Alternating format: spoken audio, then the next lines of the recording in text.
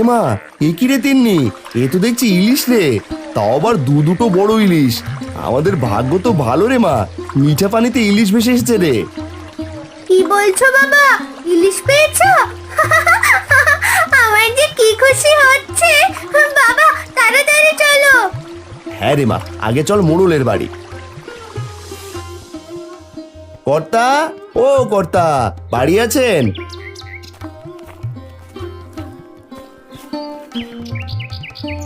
কিরে হারান, কি হলো রে? এভাবে ডাকছিস কেন?